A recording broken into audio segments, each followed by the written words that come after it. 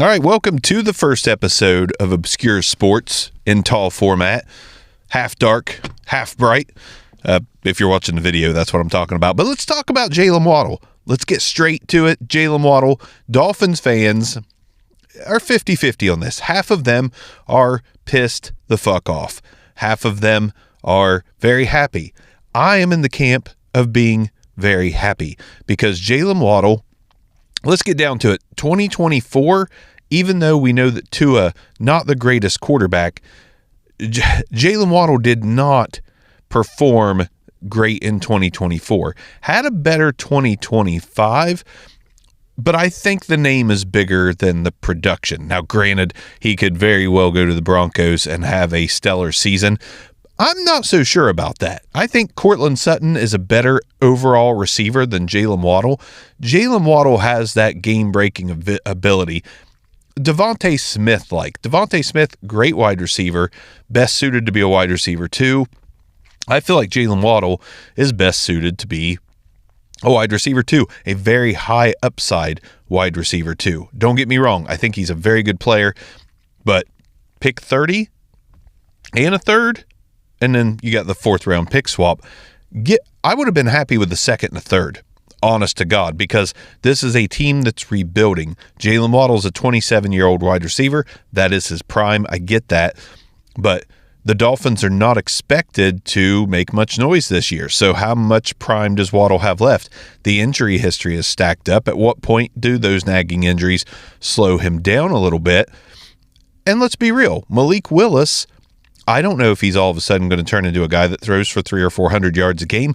I don't believe so. He was at the back half of the league in yards per game in his tenure with Green Bay. This is not a high volume passing attack that Malik Willis will probably command.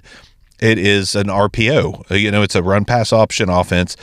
Malik can run, has very good accuracy.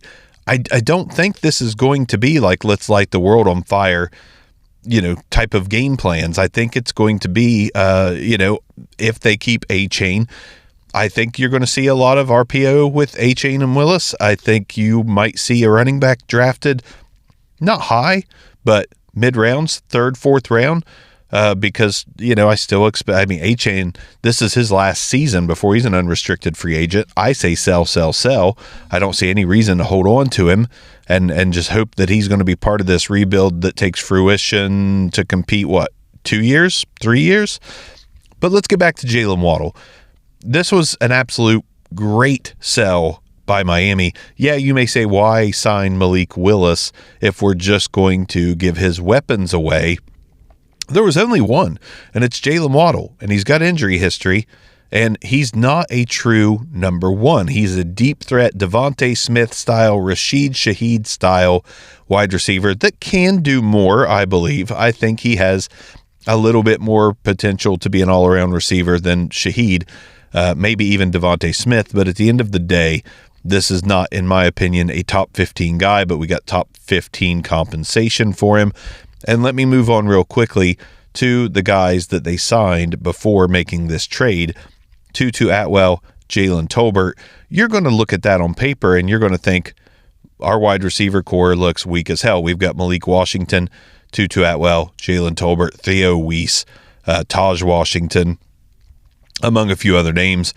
But Tutu Atwell and Jalen Tolbert both had their best seasons in year 3, in their full year 3. I think Tutu Atwell was hurt his first season, but in 2024, those guys were both basically low-end wide receiver twos in offenses that had really high upside wide receiver ones. So Cooper Kupp was part of the team, I believe, for most of Tutu Atwell's tenure, and Kupp was a target hog slot machine. This is the game that the Rams played. Jalen Tolbert was basically the number 2 in 2024. And when CD Lamb was hurt in certain games, he kind of took over as the guy. Had some big flashes, some big games. Fast forward to 2025, Dallas gets George Pickens. and Jalen Tolbert is a 6'3" receiver. Dallas has a couple of over 6-foot receivers anyways. Do you hear that rewind? They're not going to stick a bunch of tall, go up and get it style guys on the field. So you had CeeDee Lamb, you had George Pickens, who's a better wide receiver than Jalen Tolbert. Don't get me wrong, I'm not trying to make a case that Jalen Tolbert's some kind of like world beater or anything like that, but Tolbert was not the right fit to like go in the slot, not the right fit to go on the field with Pickens and CeeDee Lamb. So Tolbert's role got scaled way back. Tutu Atwell, kind of the same thing. You've got Puka Nacua, who's an absolute target monster, and Devontae Adams, both better wide receivers than Tutu Atwell. But if you take Tutu Atwell and Jalen Tolbert and you stick them on the field with a slot guy in Malik Washington, or maybe you change him and Tutu out slot and out wide, I think these two guys can surprise. I think these two guys, I think it's a masterful plan, to be honest. Like, if you're bleeding salary cap wise, you go out, you sign prove-it deals with guys like Tutu and Tolbert, and you just see what happens. You see what they can do. I think it's great. I think that Jalen Tolbert is a competent receiver. I think Tutu Atwell is a great deep threat. Malik Washington, a good slot guy. I think they're building something to get a nice RPO option going. Like Malik Willis will have Achane as a first dump off, and I believe dump off is going to be one of the first reads here if Achane is open and there's a lane.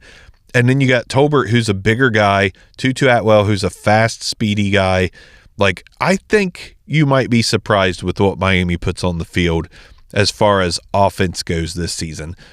I'm not upset about Waddle at all. If we use pick 30 and the third rounder and we build in the trenches on both sides of the ball and we build the secondary up, you absolutely have to build this team not focused on offense first. I think offense is what you piece together and see what you can get out of high upside guys. But this needs to be a defensive team and a nasty team on both sides of the ball on the lines. Got to be nasty there first. The defense can give the offense some confidence. Like, shut down the other team, give them some confidence. Let Malik Willis, too many Maliks on the team already. Let Malik Willis go out there, see what he can do with his legs and open reads. Fast guy, big guy, great receiving back. Like, there's weapons on this team still. Jaylen Waddle wasn't taking this team anywhere by himself, and Jaylen Waddle and Malik Washington, I don't think we're going to be much bigger of a connection than what Tutu Atwell and Malik Willis could be. I really think it's a team sport. We get all upset when our favorite guy, who's the bigger name, ends up going to another team, but at the end of the day, it's a team sport. And if you can build the right receiving core around a guy like Malik Willis, where every guy is capable of catching 50, 60 balls, we don't need a 90 catch guy. We'll get there. We're going to draft somebody. That's going to happen. But if you can build with guys that are fully capable of 50 catches for 750 yards and a handful of touchdowns apiece, and maybe, the tight ends chip in, Achane pitches in. We need a well-balanced offense with diversity on the field, not just speed. Speed didn't work.